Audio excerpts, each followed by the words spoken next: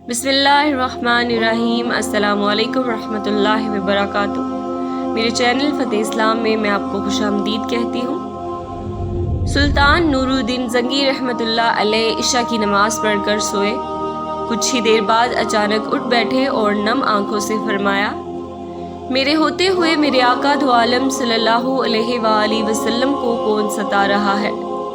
आप उस ख्वाब के बारे में सोच रहे थे जो मुसलसल 3 दिन से आपको आ रहा था, और आज फिर चंद लम्हों पहले आपने दोबारा देखा, जिसमें सरकारे दो आलम सल्लल्लाहु अलैहि वसल्लम ने 2 अफराद की तरफ इशारा करके फरमाया कि ये मुझे सता रहे हैं। अब सुल्तान को करार कहाँ था। उन्होंने चंद साथी और सिपाही लेकर दमिश्क से मदीना जाने का इरादा फरमाया। उस वक्त दमिश्क से मदीना का रास्ता 20-20 दिन का था, मगर आपने बगैर आराम किए रास्ता 17 दिन में तय किया।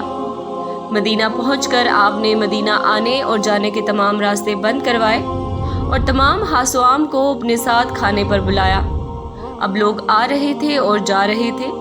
आप हर चेहरा देखते मगर आपको वो चेहरे नजर ना आए।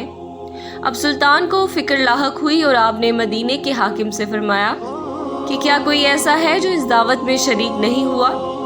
जवाब मिला कि मदीने में रहने वालों में से तो कोई नहीं, मगर 2 मगरबी ज़ायर हैं जो रोज़े रसूल सल्लल्लाहु अलैहि वसल्लम के करीब एक मकान में रहते हैं।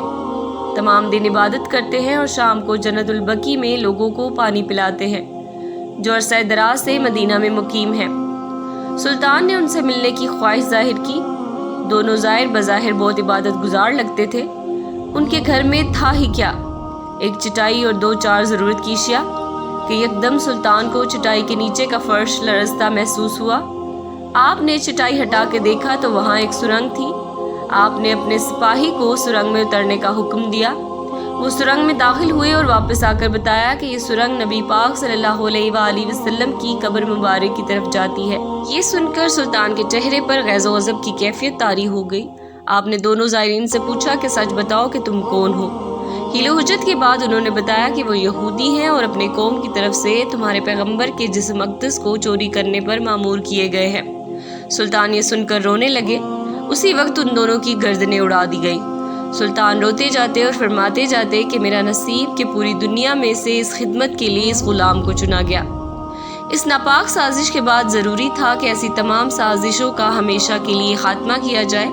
सुल्तान ने मोमार बुलाए और कब्र अक़दस के चारों तरफ खंदक खोदने का हुक्म दिया, यहाँ तक कि पानी निकल आए। सुल्तान के हुक्म से इस खंदक में पिघला हुआ सीसा भर दिया गया।